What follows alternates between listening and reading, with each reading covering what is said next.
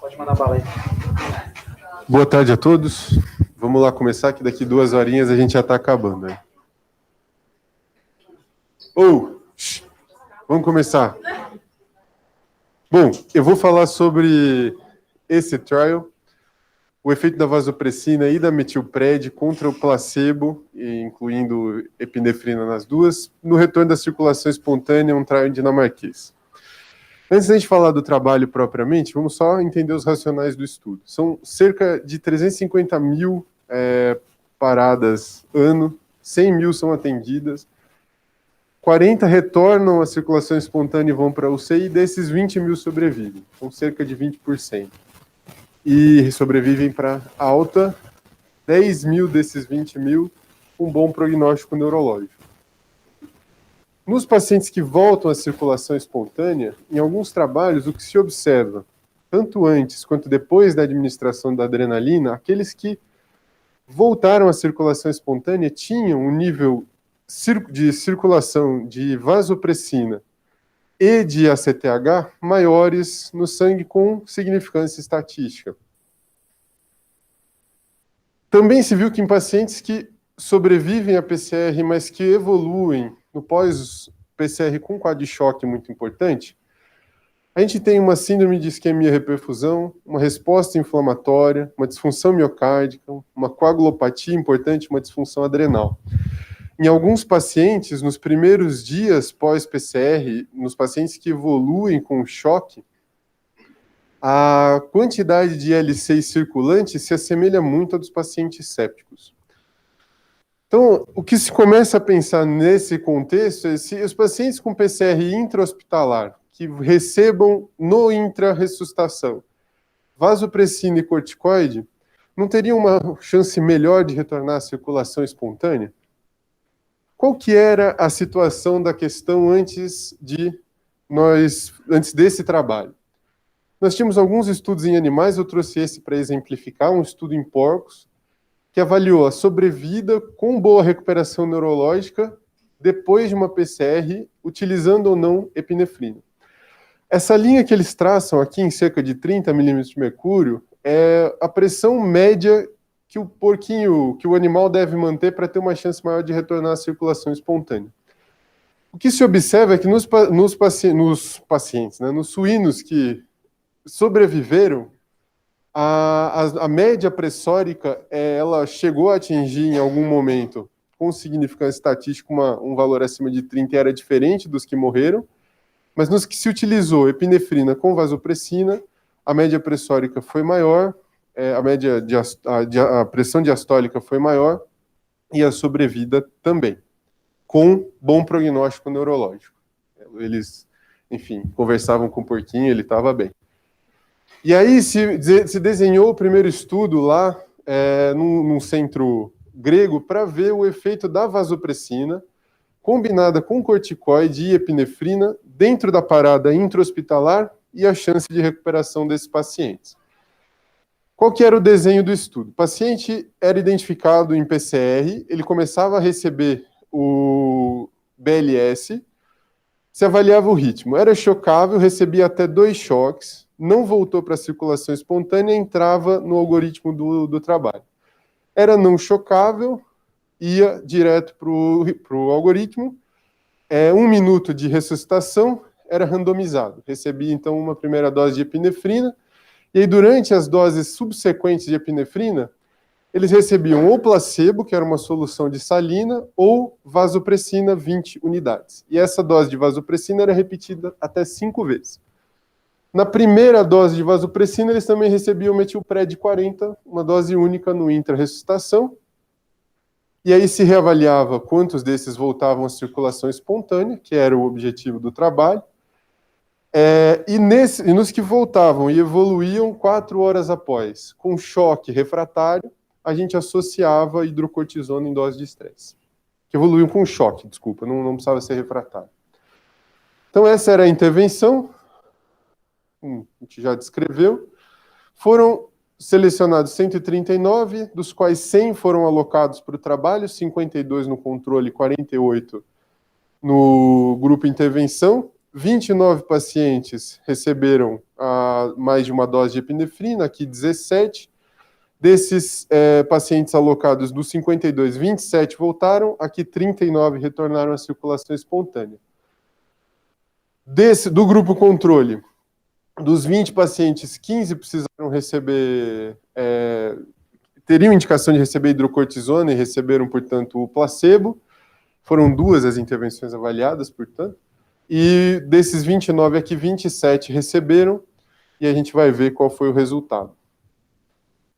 Quando se avalia a taxa de retorno à circulação espontânea por pelo menos 15 minutos, que foi o tempo que eles consideraram como adequado para um retorno, aqui foram 52% contra 81%, um P de 0,03. Uma diferença estatística significante. Parecia que realmente o uso da vasopressina e da metilpred favorecia o retorno à circulação espontânea. Quando se olhava, tanto dentro da PCR quanto depois da PCR, a pressão média, a pressão sistólica e a pressão diastólica, no grupo intervenção elas eram significativamente maiores. E a sobrevida até a alta era diferente no grupo intervenção para o grupo controle. 18,75 contra 3,8, com P de 0,02 e 0,03 pelo log rank.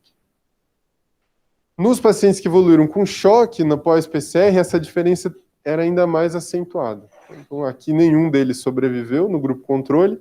No grupo de intervenção, 8 dos 27 sobreviveram.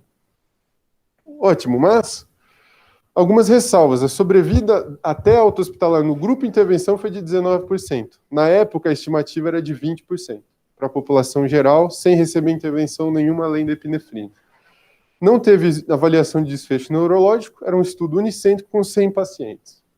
E aí eles fizeram um segundo estudo com um centro nesse mesmo hospital grego e mais outros 2 hospitais.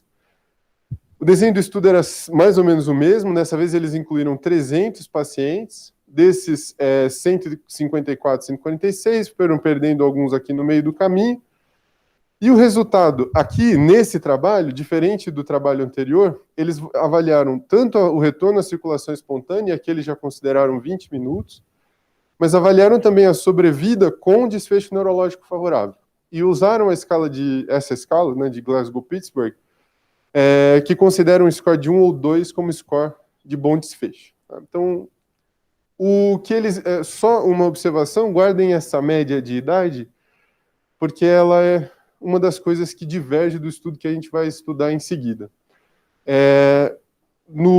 E uma outra ressalva que eu faço, nesse trabalho, uma grande parcela da população tinha como causa apontada para a parada a hipotensão. Tá? Diferente também do que a gente vai ver hoje. Resultados. O tempo de duração da ressuscitação foi menor no grupo intervenção, 13 contra 19, estatisticamente significante. O número de ciclos também foi menor, também com diferença estatística. E a taxa de retorno à circulação espontânea também foi maior, 83,8 contra 65,9. Novamente, eles avaliaram a pressão tanto dentro da RCP quanto depois da RCP, e as 3 pressões eram maiores no grupo intervenção em relação ao grupo controle. A despeito disso, a quantidade, mesmo sendo maior aqui do que aqui, esse grupo usou a mesma quantidade de nora do grupo intervenção. Só uma observação. E os desfechos de sobrevida? Do grupo intervenção, 13,8% de sobrevida até alta, com bom desfecho neurológico, e 5,07% no grupo controle. Diferente os 2 grupos. E nos pacientes que evoluíram com choque depois da PCR, a mesma coisa, 21 contra 8,2, um odds ratio de 3,74. Muito bem, esses 2 estudos eram estudos pequenos, realizados em centros, enfim, com todas as críticas que a gente possa fazer, não mudaram a conduta, e aí o VAN, que é o estudo que nós vamos ver hoje, veio tentar responder essa questão. É um RCT duplo cego, com grupos paralelos, randomizado 1 para 1, estratificado por hospital, Era um estudo de superioridade em 10 hospitais só da Dinamarca. E a pergunta principal era: em pacientes que têm uma parada intra-hospitalar, se eu uso vasopressina e corticoide associado à epinefrina contra epinefrina apenas, eu aumento a chance de retorno à circulação espontânea? Ponto. Ressalto que a avaliação aqui não era sobre desfecho em 30 dias, 60 dias, desfecho neurológico, era só ver se a gente voltava mais à circulação espontânea. Adultos com PCR intra-hospitalar, precisando de pelo menos uma dose de epinefrina, eram excluídos quem não queria ser ressuscitado, quem já estava em suporte extracorpóreo ou quem tinha gestação conhecida ou suspeita.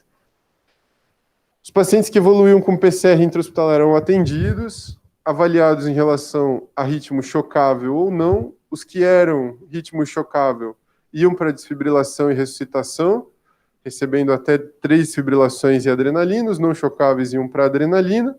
E depois de 3 fibrilações e adrenalina aqui e adrenalina primeira aqui, eles podiam ser randomizados. Eles eram randomizados, então, para o grupo placebo ou para o grupo vasopressina, 20 unidades com mais 40 miligramas de metilpred. A ressuscitação continuava e depois da primeira dose com metilpred e vasopressina eram repetidas só doses de vasopressina numa dose máxima de até 80 unidades. E aí, o desfecho primário, retorno à circulação espontânea e alguns desfechos secundários que nós vamos ver.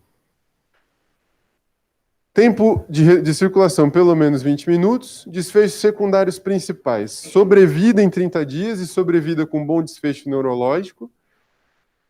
Só a avaliação de desfecho neurológico dos sobreviventes pela escala de Rankin. Aqui eles usaram o Cerebral Performance.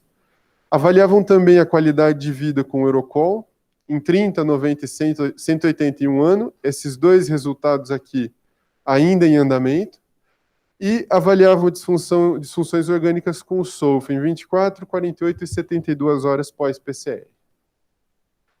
Avaliaram também alguns efeitos adversos esperados para o tratamento com a metilpred: hiperglicemia, hipernatremia, infecções, sangramento e isquemia mesentérica e periférica. Nesse trabalho, não incluíram, nos pacientes que evoluíram com choque pós-PCR, o uso de corticoide. Metodologia. O cálculo amostral foi baseado no desfecho, que era o retorno à circulação espontânea, e eles estimaram uma taxa de 45% de retorno à circulação espontânea. E esperavam encontrar uma diferença absoluta de 13%. Então, no grupo controle, 58% de retorno à circulação espontânea. Para esses resultados esperados, com alfa de 0,5 e um teste Q quadrado, eles estimaram uma amostra de 492 pacientes, para ter um poder de 80% para detectar essa diferença. É uma diferença estatisticamente significante. Foram analisados os pacientes que receberam pelo menos uma dose da medicação e intervenção em placebo. Então, os que foram randomizados, mas não chegaram a receber a dose da medicação, foram excluídos da análise.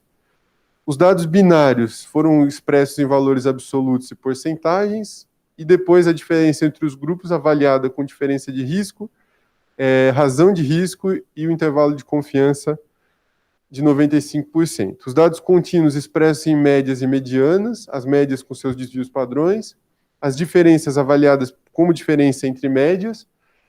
Foi feita uma análise de sensibilidade para desfechos primários, ajustando para o hospital em que o paciente foi randomizado, fatores prognósticos, idade, PCR presenciado ou não, e o ritmo de PCR. Para fazer essa análise de sensibilidade, utilizaram um Poisson. Os valores de P foram avaliados com o teste exato de Fischer, e eles estipularam a análise de 5 subgrupos já pré-trabalho. Então, o primeiro subgrupo era o ritmo em que o paciente foi encontrado primariamente, se a PCR foi presenciada ou não, quanto tempo entre a PCR e a administração das drogas do trial, e o tempo entre a adrenalina e a administração das drogas do trial. Bom, e quais foram os resultados que eles encontraram?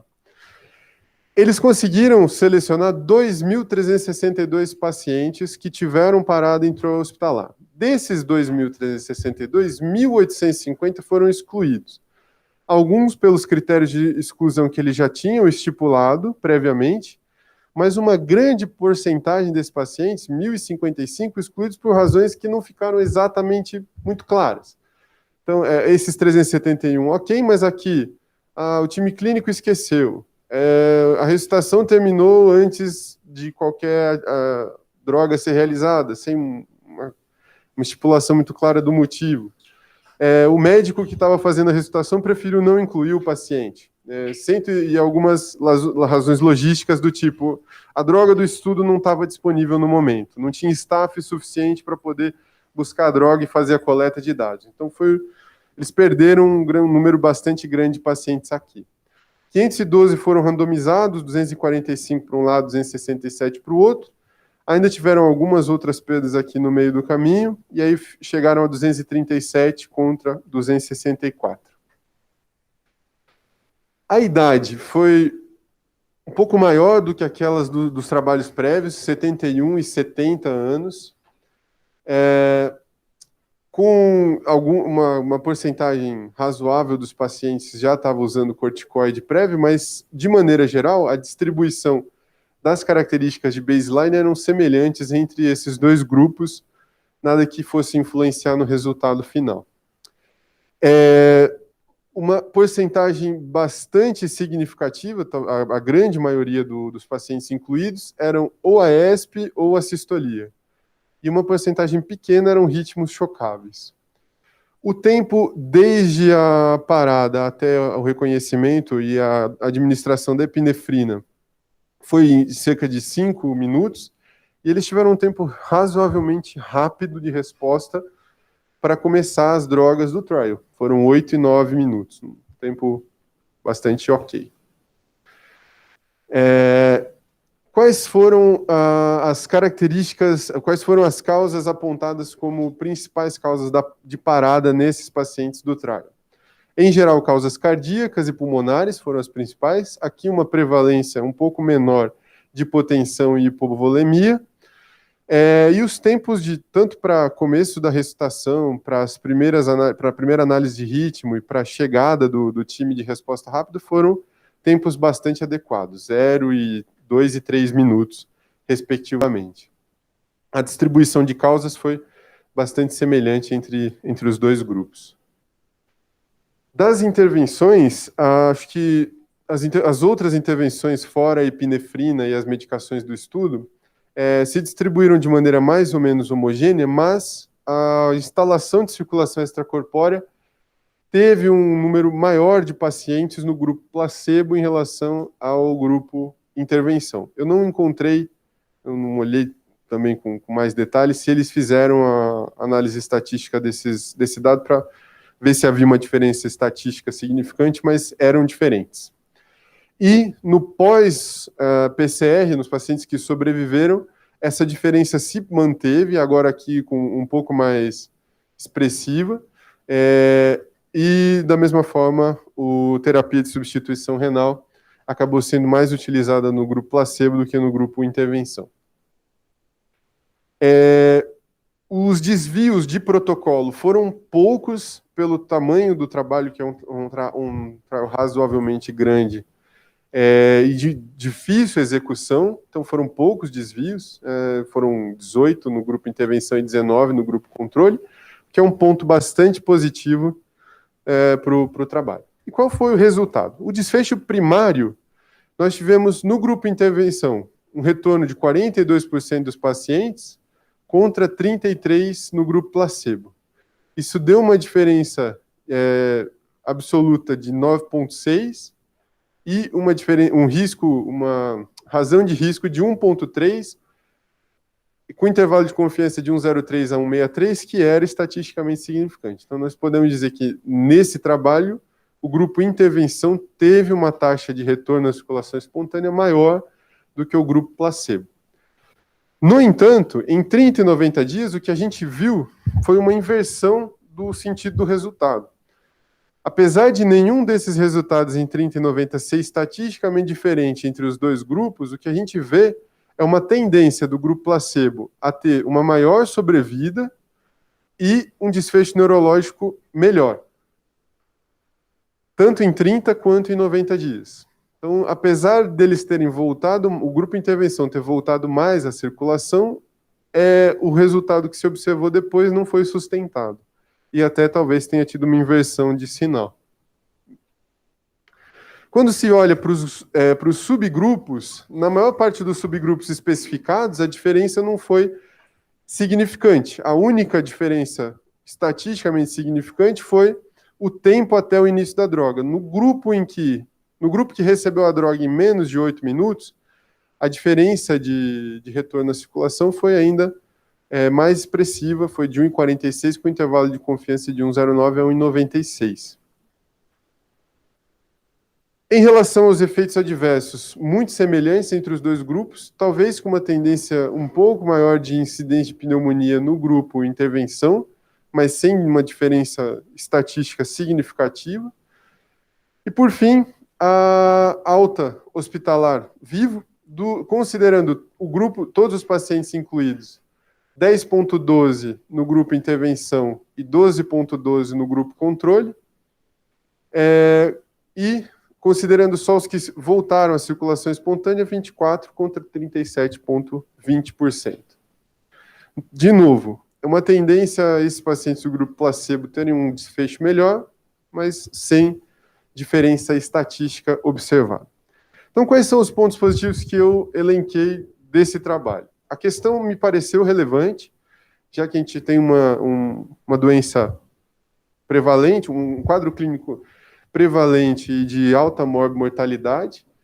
A validade interna me pareceu adequada, a randomização pareceu boa, a característica de base dos pacientes pareceu ser homogênea entre os dois grupos e representar os pacientes que realmente param dentro do hospital e tiveram uma boa adesão ao protocolo. Mas eu elenquei também alguns pontos negativos. Eles têm muitos pacientes que foram excluídos pré-randomização por razões que às vezes podem impactar no resultado. O médico tinha a liberdade de não incluir um paciente no trial, que deve-se ter, mas o número aqui perdido de pacientes foi realmente grande.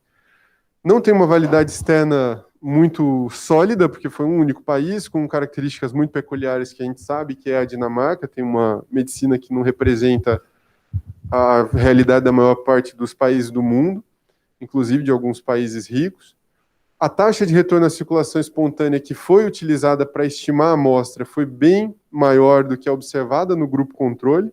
Então, só para a gente relembrar, eles estimaram 45% e o que nós tivemos foi 33%.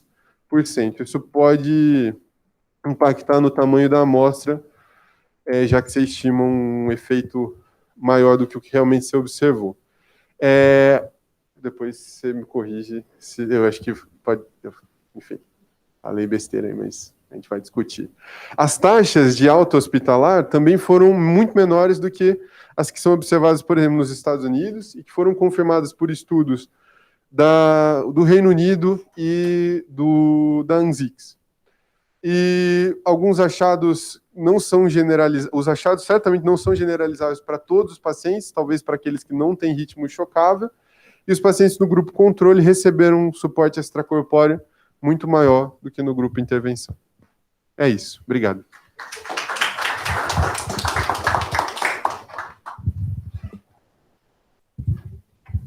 Muito bem. Acho que esse é um estudo bem interessante para a gente discutir, até aproveitar e discutir um pouquinho de pós-parada, né, de estudos de PCI. Acho que você já apresentou um pouco, você não falou o que você acha, se você vai passar a usar a vasopressina e a metilprednisolona na sua... Não.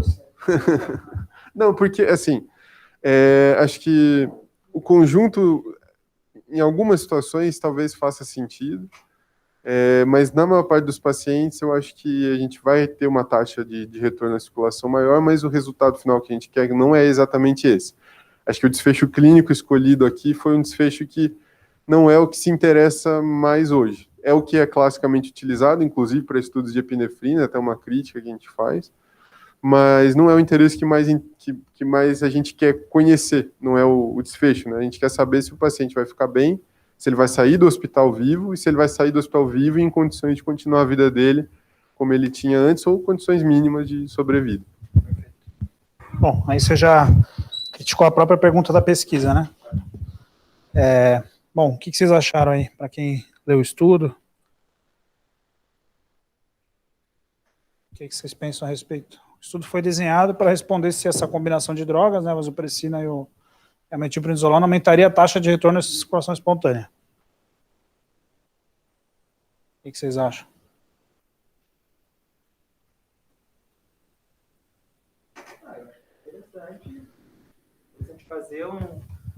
Acho que é interessante fazer um estudo para isso, principalmente porque tinha alguma dúvida antes, mas não é um estudo que vai mudar a conduta, como o Gui falou, assim, é um estudo que talvez, assim, vamos então ver se de fato, como ele não foi desenhado para ver mortalidade e nem desfecho neurológico, eu acho que fica aí, talvez, a abertura para fazer esse tipo de estudo, né?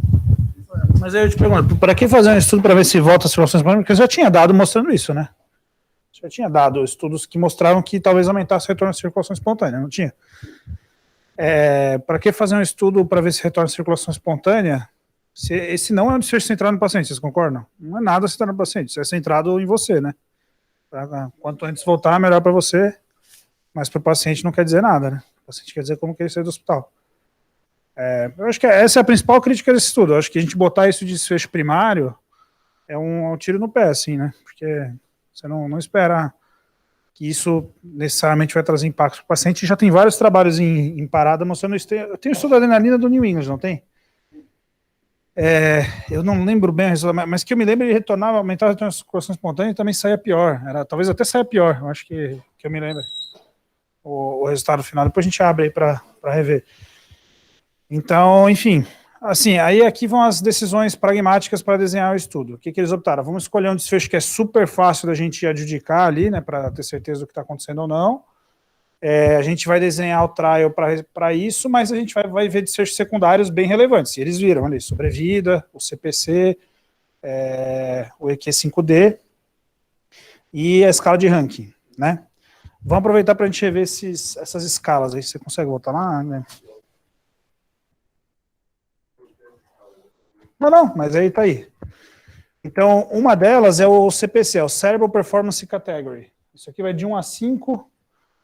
1 a 5 você saiu sem sequela nenhuma, 2 é uma sequelinha que não vai te atrapalhar na vida muito, assim, você vai conseguir trabalhar, vai conseguir tocar a sua vida. Então, esse é o considerado desfecho favorável. 5 é morte, 4 acho que é estado vegetativo, e 3 é uma sequela grave, que você fica consciente, que eu me lembrei, isso são 5 categorias, tá?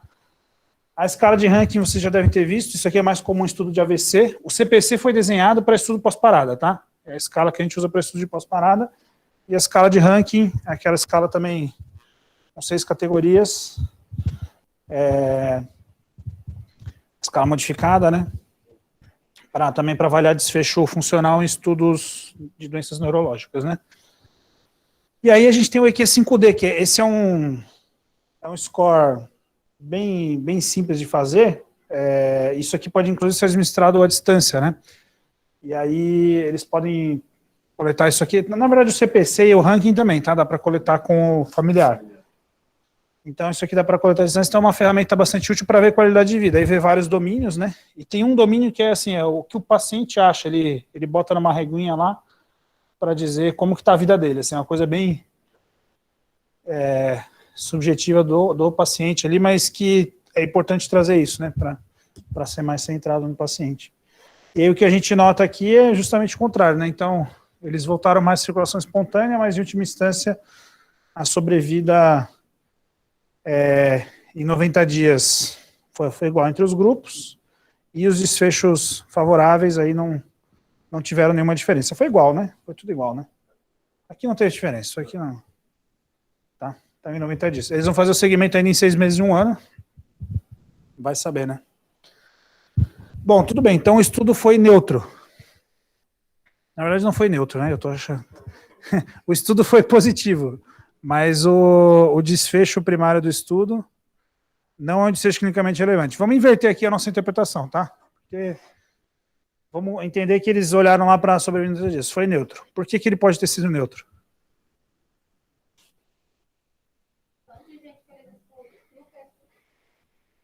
Mas isso é muito? Eles incluíram muito. O normal de ensaio clínico é incluir 10% dos pacientes que você fez screening. Assim como com a adrenalina, e depois ele evolui mal. Então, por isso que a gente é positivo na Então, a sua hipótese é que ele foi neutro porque não tem o que a gente faça no pós-parada ali durante a parada que vai mudar o desfecho, é isso? Essa é a intervenção, no caso, né? Então, essa é uma explicação. Essa intervenção realmente não funciona. Qual que é a outra explicação? Sobrevida, e aí tá dando, sei lá, uns 10%, não sei, 8%, 9%. Isso de sobrevida em 30 dias? É que, eu não sei, é que essa estimativa do 25%, isso aí é de parada extra-hospitalar, não é não?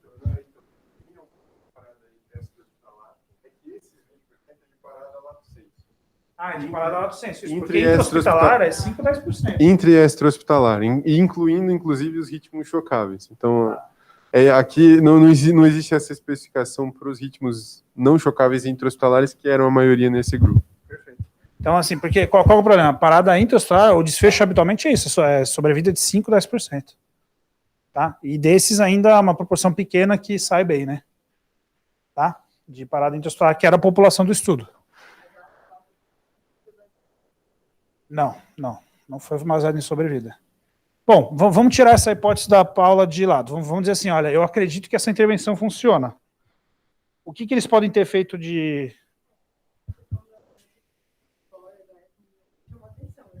Mais no placebo.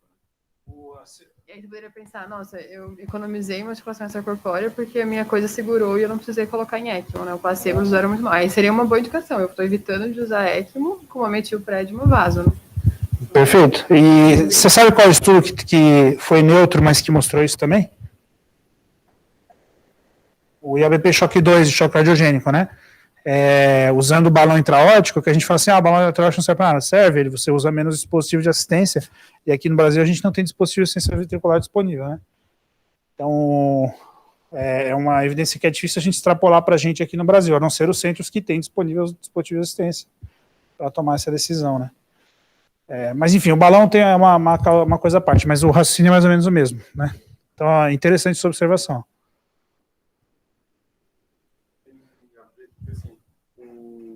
O desfecho final do paciente depende do que você tem de resultado dentro da ressuscitação, mas depende muito do cuidado que você faz pós-parada. Então, mesmo que a intervenção funcione, pode ser que tenha alguma coisa que aconteça depois, na evolução do cara, enfim. E também tem a comorbidade que ele tem, o que ele já tinha de status prévio, mas o cuidado pode influenciar no resultado no desfecho. Tá, vamos ver aqui as coisas que chamaram. Você já chamou atenção para diálise, dispositivo de assistência. Eu ia chamar atenção para duas coisas aqui. O grupo placebo recebeu quase o dobro de corticoide no pós-parada, ou seja, contaminou os grupos, né? De certa forma contaminou, porque eles não padronizaram isso. E tinha outra coisa aqui que tinha chamado a atenção, a própria vasopressina. Não tinha? Não tinha. Ah, não, tem só... não é vasopressina, né? Mas foi meio igual, né? Os dois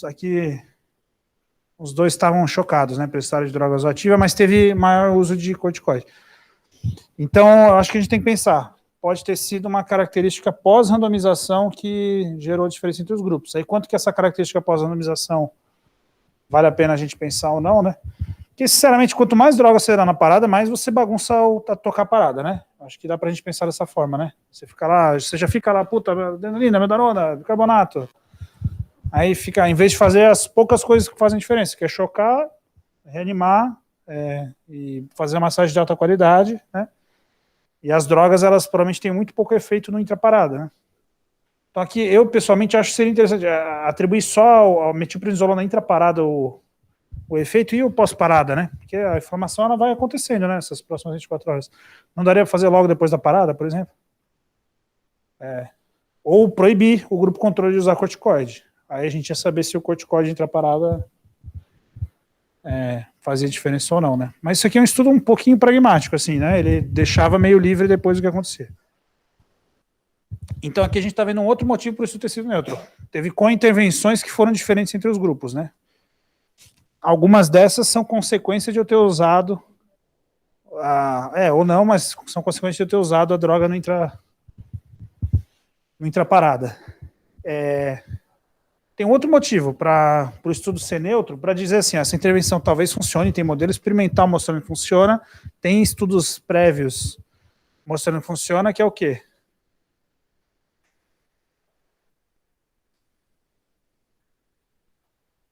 Por que o estudo é neutro? Outro motivo, aqui a gente está exercitando, por que o estudo pode ter sido neutro, né? Pensando nos desfechos centrados do paciente.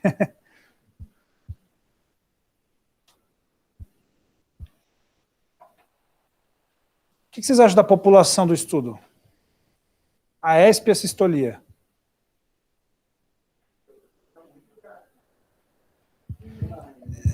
E qual que era a população dos estudos prévios, do estudo que mostrou desfecho positivo anteriormente? Mais jovens, e não era tanta ESP e sistolia. Tinha intra e extra, não tinha? Era só intra? Mas tinha uma taxa maior de regime chocável, tá bom. Era mais prevalente a ESP, mas não era tanto. não era tanto. Uma das coisas é a população, se essa população se beneficia ou não. Talvez eles fizeram um estudo numa população que a probabilidade de benefício é muito baixa, né? Eu acho baixa, né? Depois de 70 anos, você achar que a vasopressina e o corticoide vão fazer ele sair melhor do hospital depois de uma parada, é um pouquinho de forçar a barra, vocês concordam? Então, acho que é uma das hipóteses aí. Então, talvez se fosse uma população mais jovem, eu gostaria de ver esse resultado nos menores de 60 anos, por exemplo.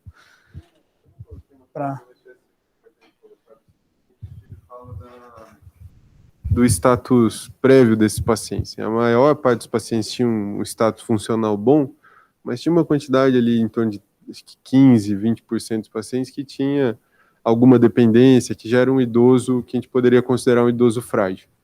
Então, também existe essa questão de será que nesses pacientes vale a pena esses esforços todos, porque o resultado já esperado já é muito ruim. Né? Perfeito. Eu acho que é o que vem à cabeça aí, né? Tá bom, então esse é o resultado. Então sempre que o estudo veio neutro, o que é interessante a gente pensar? Por que veio neutro, né? É a intervenção mesmo que não funciona? Essa é uma hipótese? Eu acho que a intervenção até funciona, igual você falou, mas acontece outras coisas depois. Porque eu acho que o paciente volta, mas ele morre depois. Por isso que em 30 dias não muda nada. Sim, não, mas eu estou pensando em 30 dias. Se essa intervenção vai ter impacto no desfecho central no paciente, é nisso mesmo, sabe? Então pode ser isso mesmo. Ela até muda a retorno de circulação espontânea, mas acontece tanta coisa ali no meio do caminho que esse efeito se dilui, né? Então essa é uma possibilidade. A população de pacientes é uma população muito difícil de essa intervenção ser benéfica, mesmo que ela tivesse um efeito de longo prazo, entendeu? Então aí no caso seria a gente selecionar a população mais apropriada. E a terceira questão são as co-intervenções depois, né? Que podem ser diferentes entre os grupos. Se a gente for pensar, você está num lugar que você tem dispositivo, tem tudo. Eu acho que até faria sentido dar vasopressina. Se o resultado final é o mesmo e você usa menos, né? É que o estudo não foi feito para ver isso, né? Mas é algo para a gente considerar. Né?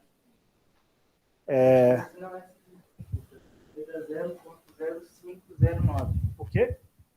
A diferença de ECMO VA PEDA 0.0507. Tá bom, tá quase. Gostou? Quase.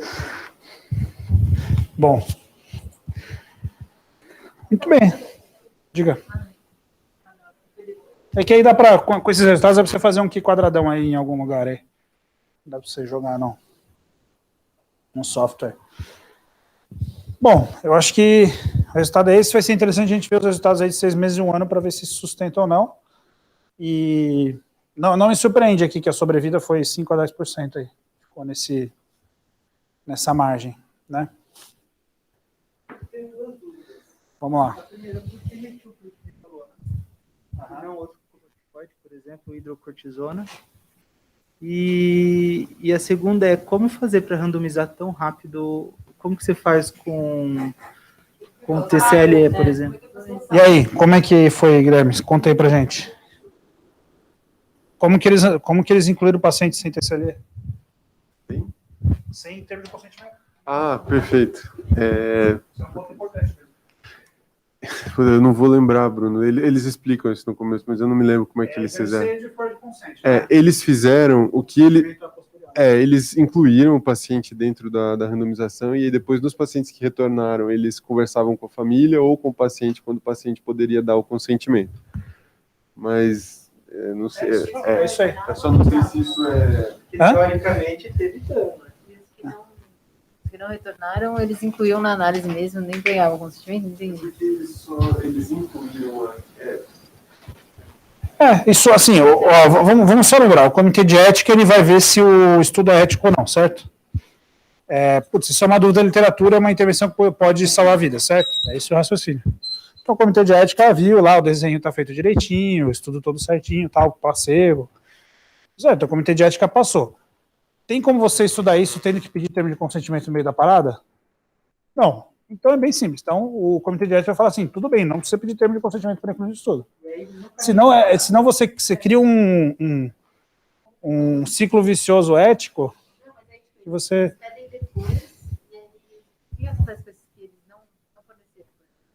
Aí geralmente exclui, eles chamam de intenção de tratar modificada. Mas aqui eu acredito que, pelo visto, todo mundo aceitou. Não vi ali como critério de exclusão.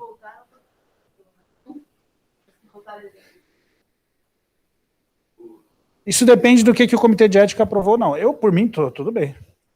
Imagina. Não, isso aí eles devem ter, assim, o pessoal... Não, era assim.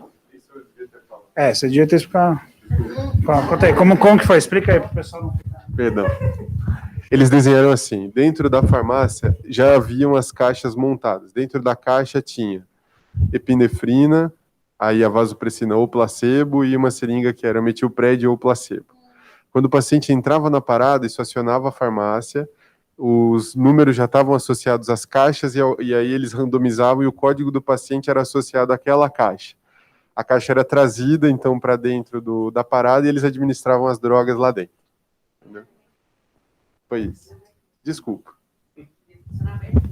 Tá aqui no método. Mas era sequencial, né? A farmácia já tinha assim, o próximo paciente vai receber tal pacote e ninguém sabe se é placebo ou não. Mas ele já sabe o número do próximo parada, vai ganhar tal pacote, entendeu? É isso. Isso aqui é bem complicado de fazer. Estratificado por cento. O que você acha? O que vem à sua cabeça? Não, peraí. Não, pensa nisso. O que você acha que é estratificar por cento?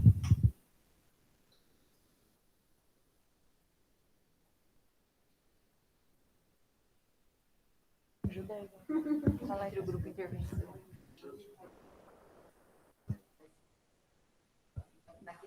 Vai ter as mesmas.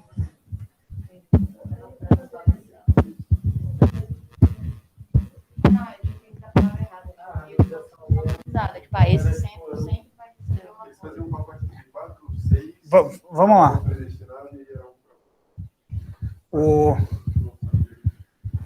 O que é o estratificado? Todo estudo multicêntrico geralmente vai fazer isso, tá? Você vai ter uma sequência de randomização estratificada. Então, cada centro vai ter uma sequência. Para que isso? Para você garantir que dentro daquele centro vocês tenham os grupos balanceados. Porque se você fizer uma sequência só de randomização simples, você pode fazer, é totalmente aleatória.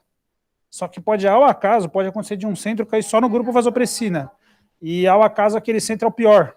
E aí você introduz viés na sua análise, entendeu? Então você faz a sequência de randomização estratificada por centro. Quando você estratifica por centro, aqui eram 500 pacientes, 10 centros. Então vamos dizer assim, na média você vai ter 50 pacientes incluídos por centro. Quando você tem um número de pessoas randomizadas pequeno, e pequeno é abaixo de 200, você não pode fazer uma randomização simples. Porque ao acaso, a hora que o computador gera, ele pode botar 15 no grupo e 35 no outro. Tá? Então aí você faz blocos de tamanhos variáveis, ou seja, que aqui é 4, 6 e 8, no caso aqui. Então, um bloco de 4 tem 2 de um lado e 2 do outro. Pode ser AABB, pode ser ABAB, BBAA, entendeu? Aí o bloco de 6 vai ter 3 em cada grupo, o bloco de 8 vai ter 4 em cada grupo, e esses blocos são aleatórios. Então aí você, dessa forma, você assegura que seja randomizado, que tenha a aleatoriedade da randomização que você quer, e você assegura que dentro de cada centro, mesmo, mas porque você ainda pode ter centros que incluem 10 e centros que incluem 90, certo? Aí no centro que incluiu 10, como você fez blocos de tamanho variável, ainda assim você vai garantir que naquele centro seja mais ou menos balanceado cada grupo. Tá? Tem algum racional para a gente pensar que fazer as duas intervenções juntas iria melhorar? Sei lá, por que não é um fatorial e tiver as duas coisas? É uma boa pergunta. Assim, a gente já tem alguns dados da literatura mostrando que talvez tenha um sinergismo entre o corticoide, a vasopressina, em termos de efeito vasopressor, né? E aí aqui o corticoide ele teria o efeito anti-inflamatório e talvez só de correção de deficiência ali durante a parada, entendeu? Poderia ter sido um fatorial, acho que faz sentido ter sido um fatorial, sim. Mas... Tá, a gente já chega lá. Poderia ter sido. Só que aí o fatorial, qual que é o problema? Se o seu depende do seu objetivo fatorial. Ele é um desenho mais eficiente no sentido que você inclui mais pacientes. No estudo, você tem um estudo só e você responde 2 perguntas, né? Mas se tiver uma interação entre os 2 grupos, o poder para você detectar interações é sempre mais baixo. Então o N vai ter que aumentar muitas vezes se você suspeita que tem uma interação. Ou seja, que é um sinergismo, exatamente. Tá? Aí talvez o seu N talvez tenha que ser maior para você conseguir detectar essa diferença, entendeu? E aí tem impacto no tamanho da amostra. Se não tem interação, ele é um desenho muito eficiente, porque você, no mesmos 1000 pacientes que você incluiu, você testa 2 coisas numa coisa só. Foi o que fizeram no FACT. Compararam Central e Swan-Ganz num grupo e no outro estratégia de volume. Não tem por que você ter uma interação muito grande. Pode ser que tenha alguma coisa, mas não tem grandes diferenças, né? E aí eles conseguiram responder 2 perguntas num estudo só, entendeu? Então, o que você queria perguntar? Não, eu ia só perguntar se, para mim, o fatorial ele não poderia ter, as intervenções não poderiam, você respondeu. Depende da sua pergunta. Elas podem ser sinérgicas ou não. Então, pode ser que você faz um fatorial para aproveitar para responder 2 perguntas no só. Aí elas não podem ser. Agora, você pode querer testar se existe o sinergismo ou não. Você pode mostrar assim, putz, o placebo e as intervenções separadamente, elas não têm efeito sozinhas, mas quando junta, aí dá a diferença. Entendeu? Pode ser isso. Foi o que fizeram qual que era o estudo lá do corticoide? O High-Pres, agora não lembro. Teve um dos estudos de corticoide que eles associaram a corticoide com vaso, com essa ideia de que teria um sinergismo e esse seria o melhor grupo, entendeu? Mas o N era pequeno, era só 400 pacientes, tanto que o estudo foi neutro, provavelmente por isso, né? Tá, por ser underpowered, no caso. Ó, aqui tá descrito direitinho. Então, tinha o comitê independente, isso sempre tem, consentimento informado. Ó, isso aqui geralmente é feito mesmo, foi temporariamente obtido de um médico independente do trial, até que o paciente reganhasse a sua capacidade ou um surrogate pudesse responder, tá? E eles responderam, todos os sobreviventes, eles deram consentimento. Tá, então o comitê de ética lá aprovou. Aqui no Brasil, o comitê de ética é sempre mais chato, viu? Vamos ver estudos que fizeram isso. O BASICS, consentimento a posteriori, era soro, né? Só o que faltava, você não ia conseguir incluir, não ia conseguir testar, né? Então você podia, a hora que desse, você coletava o termo. O estudo da Roseni aqui do HC, quando ela estudou, eu não sei se você já publicou ou não, de terapia guiada por metas em choque hemorrágico, que ela usava o Rotem. Também era assim, aí o médico autorizava e tinha até 24 horas para abordar a família. Foi o que o comitê de ética aqui autorizou, 24 horas. Senão tinha que excluir do estudo. Mas ele já tinha recebido intervenção, né? Que um grupo era PTM, padrão, modo americano ali, e o outro grupo era a terapia guiada por metas, o jeito europeu de conduzir choque hemorrágico, né? Tá? Então, não, eu não sei, eu não vi o resultado publicado ainda. Eu posso perguntar para ela, falar que vocês estão curiosos. Quem sabe a gente chama ela um dia aí. Bom, aqui a questão ética era importante mesmo, acho que foi bom ter abordado. Bom, agora só, acho que do estudo, alguma dúvida vocês têm? Tem uma coisa, por que ele usou regressão Poisson e não logística, se o desfecho é binário?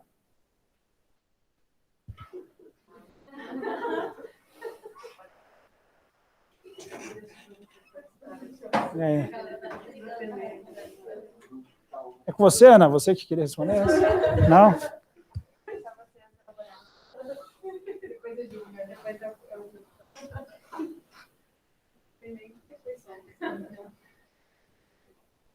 É uma das distribuições, né? Deixa eu pegar aqui. Mas aqui o caso não é nem tanto... Vamos ver se eu...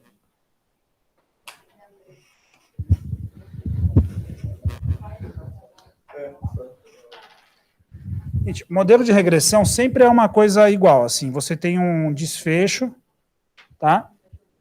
Dado um... Eu vou tirar isso aqui, o X.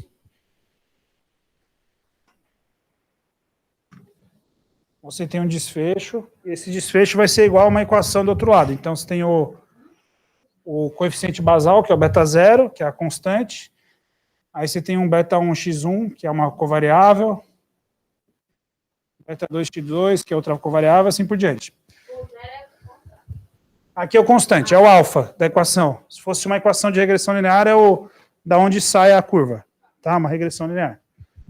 Tá, vamos só imaginar aqui uma... por exemplo, a curva sai assim, tá? Então, esse aqui é o beta 0, tá? Aí você está estimando várias curvas aqui baseado nos seus coeficientes, tá? O modelo de regressão logística, ele tem uma função para transformar numa linear. Eu já falei isso para vocês de modelo generalizado? São os modelos lineares generalizados. Por que é modelo linear generalizado? Porque ele vai usar uma função para transformar toda a equação numa linear, como se fosse uma regressão linear. E aí ele vai mudar o desfecho aqui para fazer isso. Então, na logística, o que a gente faz é o logito do y. O que é o logito do y? É a função logito, que é p sobre... É o log do odds, né? É a probabilidade sobre 1 menos o p. Acho que é isso. Aí cada um vai ter uma função. No caso aqui do Poisson, ele não usa essa função de logística. Que a logística, quando eu faço a exponenciação, vai me dar o odds ratio, vai dar a razão das chances. O Poisson você pode usar, isso não é muito utilizado na prática, mas ele, quando fizer a exponenciação, ele é um modelo linear generalizado, ele vai dar o risco relativo, em vez de dar o odds ratio, tá? Como é um ensaio clínico randomizado, tudo bem você estimar um risco relativo, né? Não é um estudo caso-controle. Aqui poderia ser o odds ratio também, porque não, na verdade não. O odds ratio talvez iria superestimar o efeito. Porque o evento não é raro. O evento aqui acontece em 40%, que era o desfecho primário, entendeu? Se fosse uma taxa de evento baixa, 5 a 10%, o odds ratio se aproxima muito do risco relativo. Aí aqui nesse caso não, então eles optaram por fazer isso. Meio que tanto faz. Só que esse modelo, às vezes, ele dá pau, o computador não dá o resultado. Tá? Porque em vez de ele estimar o logaritmo do odds, o log odds, que é o logito, ele estima o logaritmo da probabilidade direto. E aí, às vezes, quando essa probabilidade pode acontecer no modelo de a probabilidade ser maior do que 100%, aí ele te dá um resultado errado, nada a ver, entendeu? Então, por isso que nem sempre ele é utilizado. Tá? É uma coisa do modelo. A logística, ela sempre dá certo, porque ela obriga a ficar entre 0 e 1, ela consegue obrigar isso. Não, você pode apresentar. Em vez de você apresentar uma regressão logística, você pode apresentar... Foi, Não, mas é que a análise de sensibilidade é ajustada, né? O Poisson foi só para fazer o modelo ajustado, porque o desfecho primário foi uma análise sem ajustar para nada. Tá? Foi uma análise não ajustada. Então tem vários desses modelos aqui, tá? Então esses são os mais frequentes que vocês vão ver, o logística e Poisson.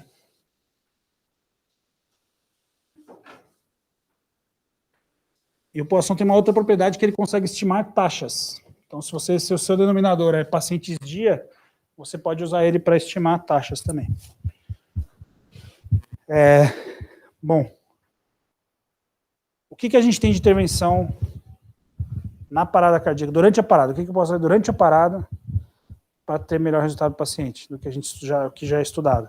O que vocês fazem na parada? Reanimação. Choque, beleza.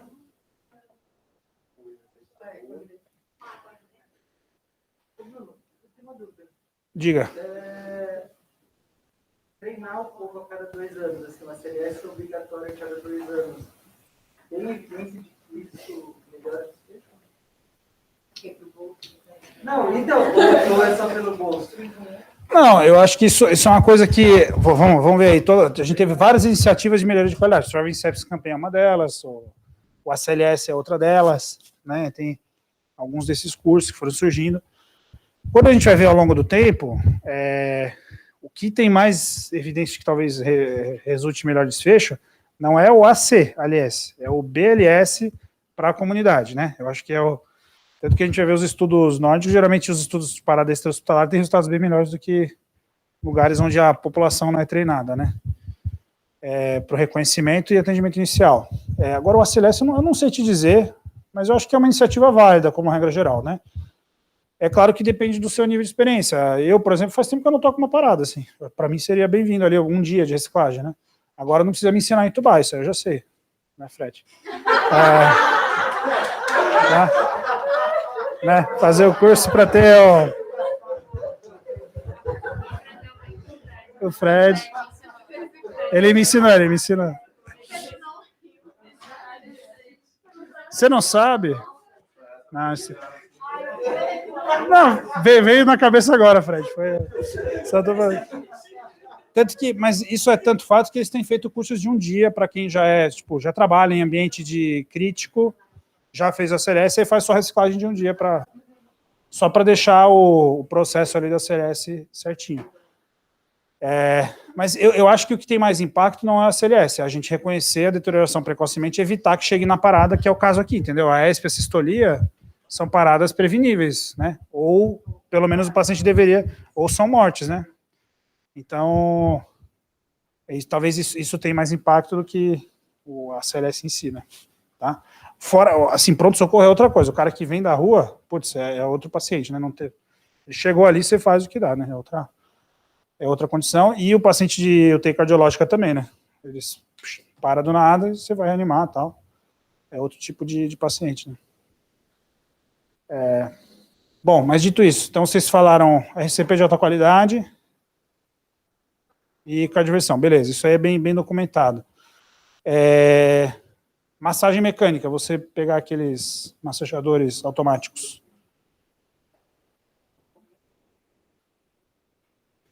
Esse, para mim, vou dizer para vocês, cai numa caixa para mim que faz muito sentido, que é o seguinte, se você está numa escola que todo mundo está massageando, beleza, não precisa. Agora, você está num lugar que tem poucos médicos, tem poucos enfermeiros, é um serviço, que canula ECMO e tal, você bota lá o massageador mecânico, você tira essa preocupação da sua cabeça e você vai se preocupar em fazer outra intervenção. Então, eu não esperaria que ele fosse melhor do que uma massagem manual bem feita, e é isso que a gente tem de dado da literatura, né? Mas o que eu espero é que ele reduza a nossa carga de trabalho, né? O pessoal ficar falando de inovação, eu acho que é uma boa inovação, ter o negócio ali à sua disposição quando necessário, né?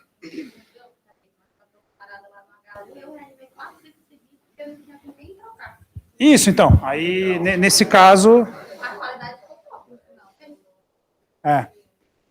Bom, agora vamos falar um pouquinho... Vocês estão reanimando. Quais são os parâmetros que a gente usa para avaliar a qualidade da reanimação? Capnografia só? Se você tiver uma PA invasiva, qual que é o parâmetro da PA invasiva que é mais associado com melhores desfechos?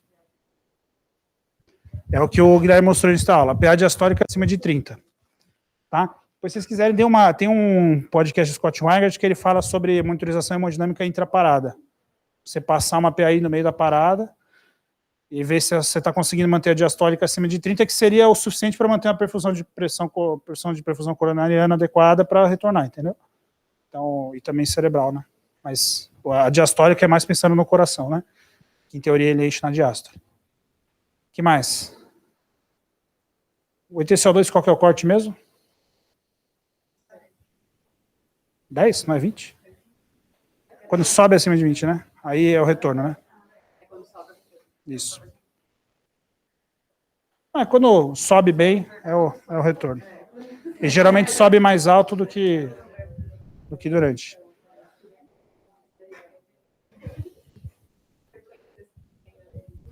Bom, a frequência, isso aí já estava, tem uma frequência adequada, hoje é 100 a 120, né, que eles colocam, né?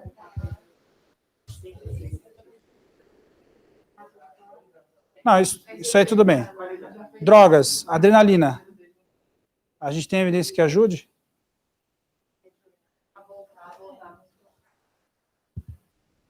E aí?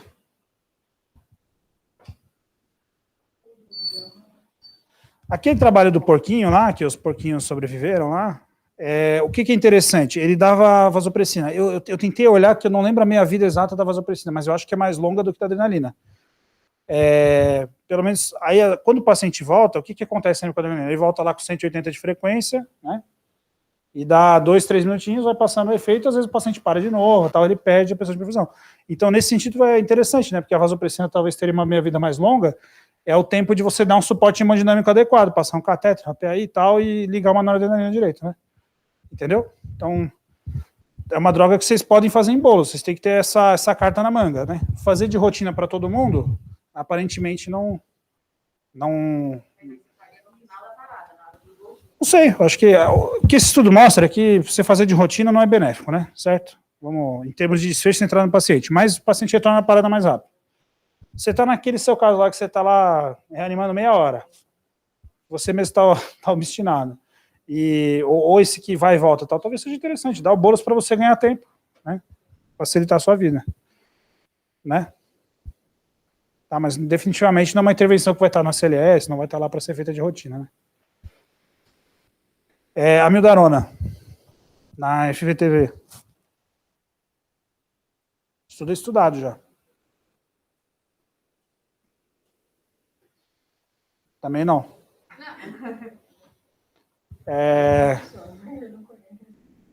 Eu vou mostrar ali depois. Deixa eu te lembrar aqui. Importante. Pós-parada, mandar para o CAT. De rotina. Não tem evidência, mas vamos lembrar o seguinte: se o paciente teve uma parada para FVTV, e você acha assim, qual que é a questão aí? Você vai ter que tomar uma decisão do que é melhor naquele momento. Se você acha que o paciente está muito chocado, tem que estabilizar, talvez seja interessante, leva para a UTI, dá uma garibada, mas logo leva para o CAT, tá? Porque os estudos eram assim, levar imediatamente ou levar a hora que necessária. Não quer dizer que não é para fazer o CAT, entendeu? Agora, assim, tá em tempestade elétrica, voltou da parada, é um choque cardiogênico mesmo, tem um suprão difuso, vai para a hemodinâmica com certeza, sem dúvida nenhuma, né? Tá? Então, os estudos, se eu não me engano, o estudo maior que teve agora recente era sem supra, né? Tá? Só pra gente lembrar disso. Mas tá com tempestade elétrica e tal, não tem jeito, você vai ter que ir lá pro CAT logo. Não faz sentido, né? Isso, exato. Então, mas assim, se for sem supra, mas está em tempestade elétrica, ou você acha que é um choque cardiogênico, ou tem alguma outra indicação clássica de CAT de urgência, você vai levar para o CAT, né? Tá? Mas também, se não tem essas condições, dá uma garibada, acerta o paciente e leva ele para o CAT já monitorizado direitinho. Acho que esse que é o raciocínio, entendeu? E não deixa de cuidar de outras coisas. O que mais? Bom, esfriar a gente já conversou bastante, né? Algumas vezes aí. Não precisa.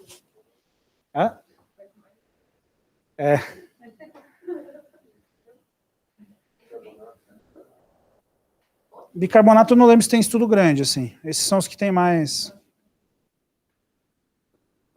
Eu vou ver, depois eu mando para vocês. Eu mando caminho aí no grupo para a gente relembrar. E aqui eu acho que uma coisa importante para a gente lembrar da fisiopatologia do pós-parada, né? O pós-parada você tem 4 doenças ao mesmo tempo. Você tem isquemia e reperfusão, você tem CIRS, você tem a doença de base, o choque cardiogênico, seja lá o que levou a parada, e você tem um neurocrítico. Você tem 4 condições clínicas ao mesmo tempo. Então, por isso que é o paciente que engloba, é parecido com sepsis, lá o perfil inflamatório, mas é um paciente que é neurocrítico também, você vai estar preocupado com perfusão cerebral, você está preocupado com o choque cardiogênico, então o paciente tem muitas coisas aí para você pesar na prática, né? Tá? Mas geralmente tem uns pós-parada que é interessante, assim, putz, fica ruim, melhora, e daqui a pouco dá 2, 3 dias o paciente acorda. Tá? E aí você não...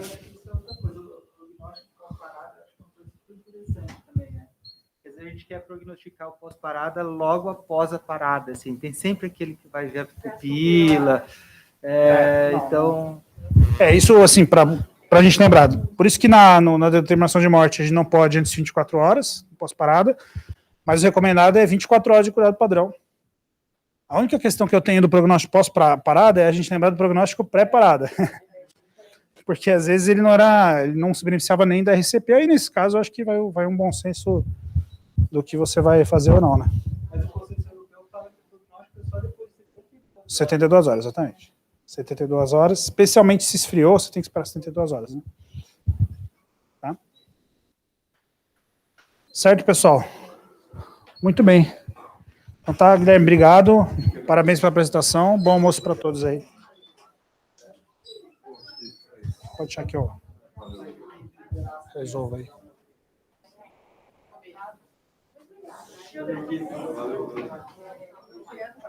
Bruno,